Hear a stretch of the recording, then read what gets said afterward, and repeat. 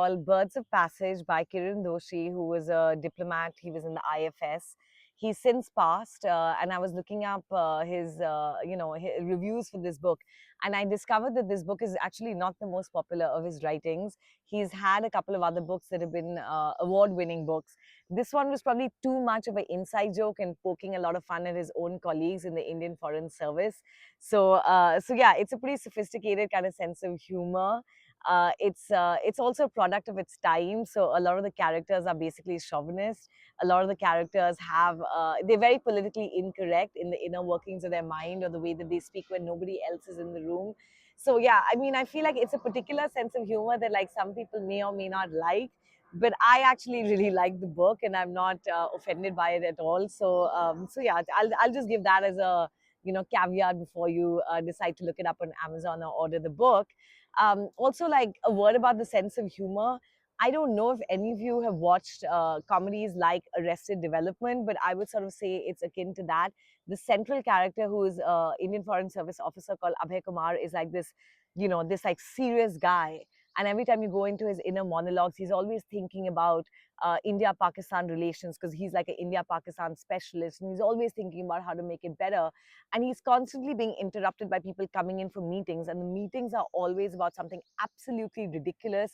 It has nothing to do with real diplomacy. It's just all filler and like these bureaucratic like hurdles and like calisthenics that people are constantly going through, and it's completely non-serious around him while he is a serious guy, right? So that's kind of the humor of the book.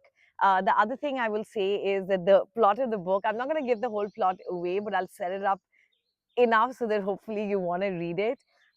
It starts with a posting, and like the most exciting posting at the IFS at that point, which is a posting to Washington, right?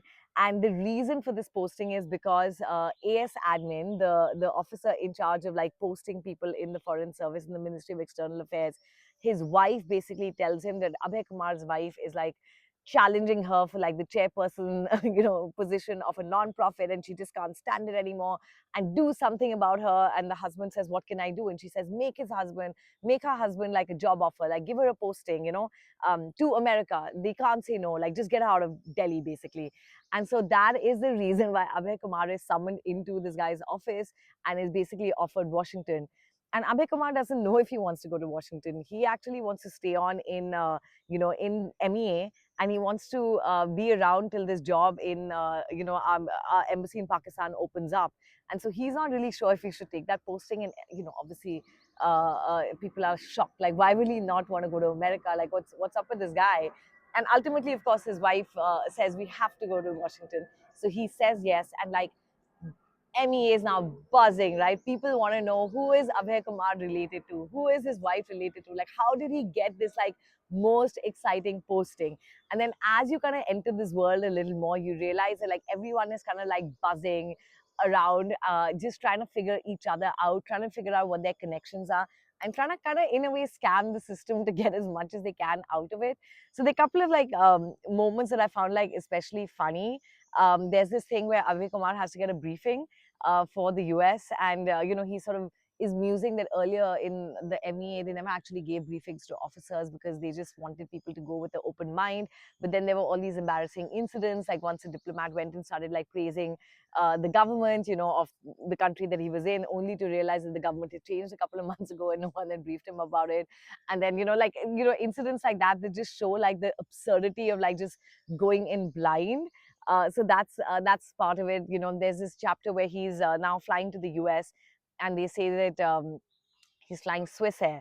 And he sort of says that the policy of the MEA is to only fly Air India, but it's not as difficult as you think it is to not fly Air India, because on any given day a bird could be hitting the cockpit of the plane, or there could be a cow on the tarmac, or there could be like the engine light buzzing, or there could be some other some other reason. So it's really, so it's it reminds you of that Air India back in the day when when it wasn't privatized basically, and the reason why it has been privatized.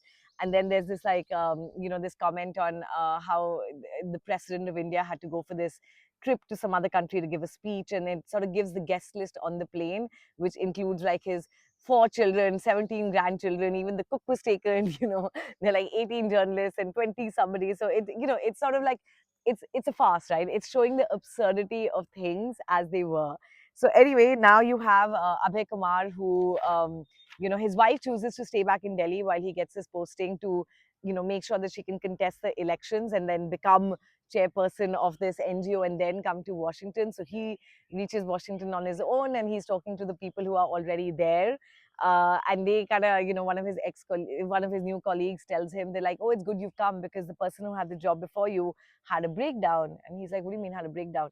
And he says, "Yeah, he had a nervous breakdown." Why?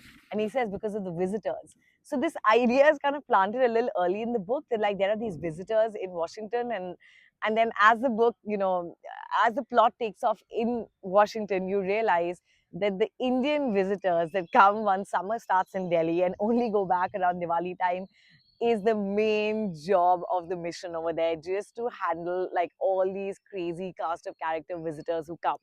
And the ambassador is a former chief minister of Uttar Pradesh who had to resign because of corruption, and no one knows why and how he managed to become the ambassador in the US.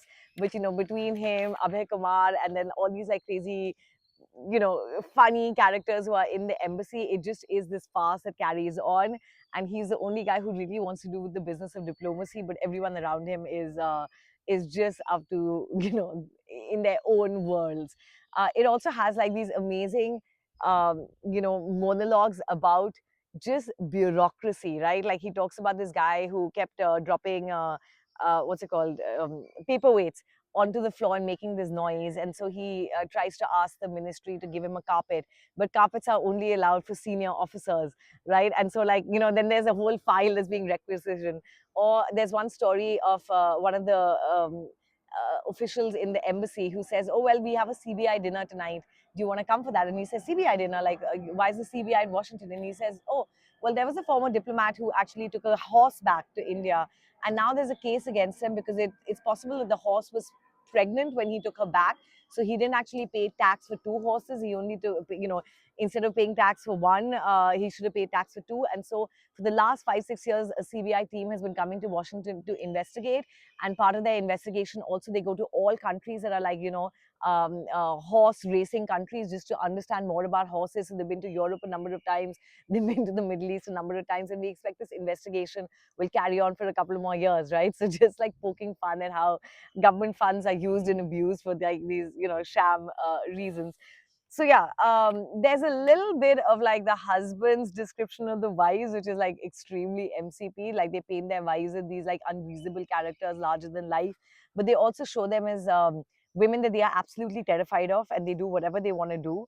And it's very interesting because they all seem to be like these arranged marriages where they don't really get their wives or don't really know their wives, but like harrowed husbands, they have to do everything. So I found that really interesting because I feel like so much has changed, and like I can't relate to it, but I can find the humor in it. So yeah, then of course I'm not going to give the rest of the plot away, but it's a really funny book. And so if you like that certain type of humor, I think you're going to like this book. um yeah, I like I said, I got it off my parents' bookshelf. I have no idea if they got the chance to read it, but yeah, also you guys should definitely read this book. I'll give it back to you, right? If you watch this video, I stole it. Okay, uh now for the kids book. So another crazy cast of character. This is Dave the cat who loves eating and eats so much breakfast one day that he basically gets stuck uh trying to get out of the cat flap, and he's just stuck. His big bum and his big tummy is stuck in the cat flap. And what I love about this book is that the entire cast of characters of the garden, like they all start gossiping, and he's stuck, and the dog tells the caterpillar, and the caterpillar tells the birds, and the birds tell the squirrel. And so when we read this book, like my daughter loves it because she feels like everybody in the garden, like all the animals are friends, and they all like gossip with each other. And then all the animals get together to try and like scare Dave out, right? And so they try and tickle him with feathers and try and feed him worms, and they do all these funny things to Dave. um, and then in the end, what happens is that they feed him beans, and so we play this out a lot because like I throw it to my daughter and she eats it.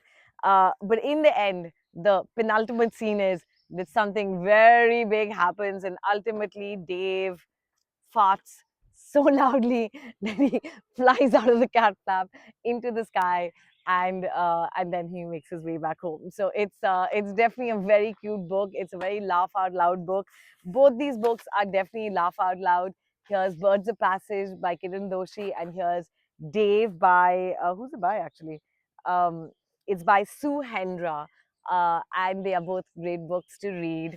So yeah, and that's video 10 of a 10-day video sprint. Thank you so much for watching these. Thank you to Ayush for like collaborating with me on these. I will continue to do videos, but not one every day, because that's like all these characters. That's also me being a little, a little ambitious.